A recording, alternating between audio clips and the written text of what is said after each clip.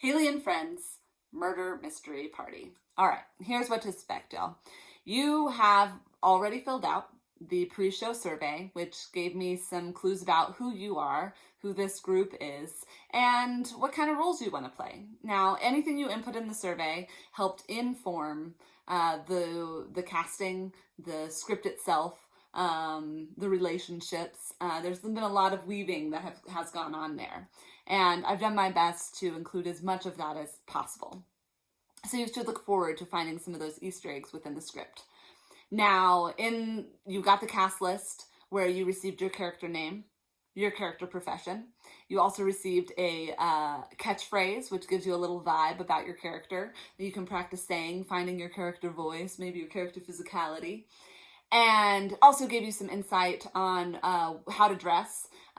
Maybe you didn't know the theme, and now you do. You can also use the information that you learned from the cast list to inform your costume. So maybe you don't have 1920s attire, but you have a great chef outfit, and you've been cast as the chef. Either of those work. The intention with the costuming is that we're just entering our world, right? And we're coming in as something together.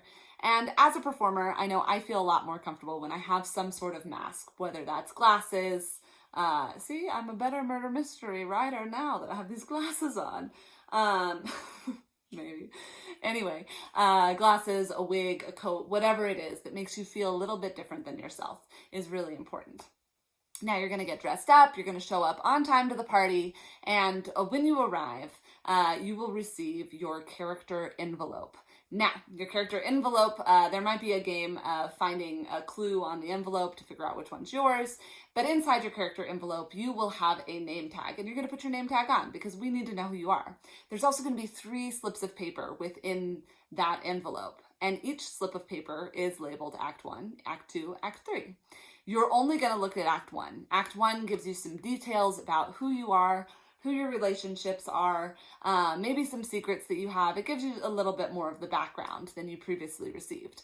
Now, there's also usually a game on these cards, which gives you something to do when you run out of things to say. So maybe the game is an annoying laugh, and is how you respond when you have nothing else to say and you're trying to walk away.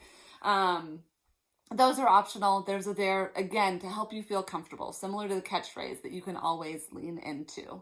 Now, we're going to open up as a group, and I'm going to re-explain these same rules because not everybody's going to watch this video or read the email that I sent out. And then we're going to start playing. Now, Act 1 is great because it's just about introductions.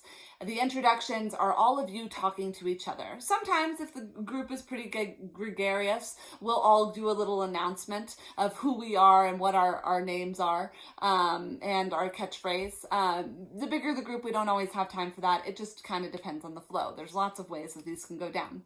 First act leads up to some event where there's some sort of show or bit that I facilitate, and then we move into Act 2. Now, Act 2, there's usually a crime scene to investigate, to figure out what's going on. And again, there's more mixing and mingling and talking about clues. Sometimes groups are very gregarious and they want to just shout out stuff and be like, I have a theory, I have a da-da-da, I saw her doing this. All of that's totally welcome too. There's no wrong way to play this game. And if there's anything that you walk away from this video, especially if you're feeling nervous, there is no wrong way to play this game.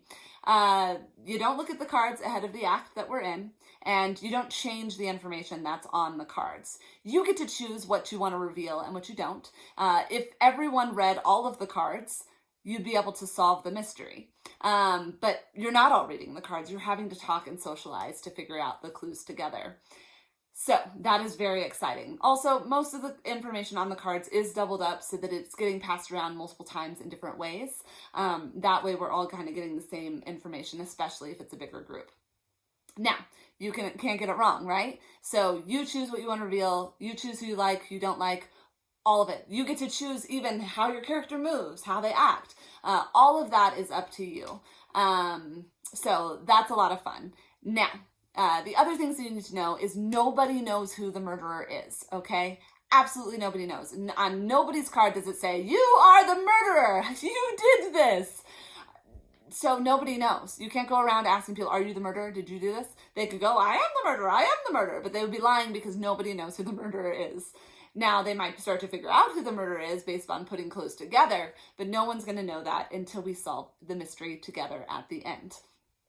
So maybe you don't like murder. And I'm going to be honest with you, I don't like murder either. I'm not a fan. I think murdering sucks. And, you know, some of you might be religious and you're like, that is a big deal breaker with the guy up there. This is a game. We're just playing. No one supports real murder here. No one thinks you're actually going to be a killer. Don't worry about any of that. This is all good fun. Everything, we're playing characters, and usually in murder mysteries, everybody is a really slimy, gross person. So enjoy being the opposite, hopefully, of the person that you are in real life. So those would be some words of the wise. You can't do this wrong. The most important thing is that we have fun. We're here to celebrate a person that you really love and care about, or who really loves and cares about you. Hopefully it goes both ways. And we're here to have fun. And how we have the most fun is just by playing. So hopefully that helps you feel a little more things. Oh, I also have to tell everybody, I will not put you on the spot.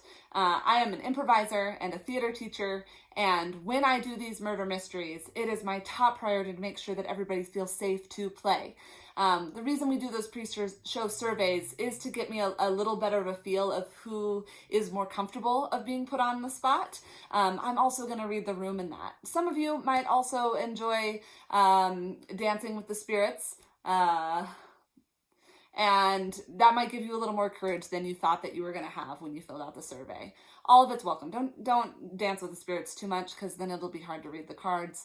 But overall, trust that we are going to have a great time, and what you make of it is what it will become. So the information you volunteer when you step forward, that is how the story gets created. Or if nobody steps forward, that is why I'm there, to help we continue to weave and to move along the story.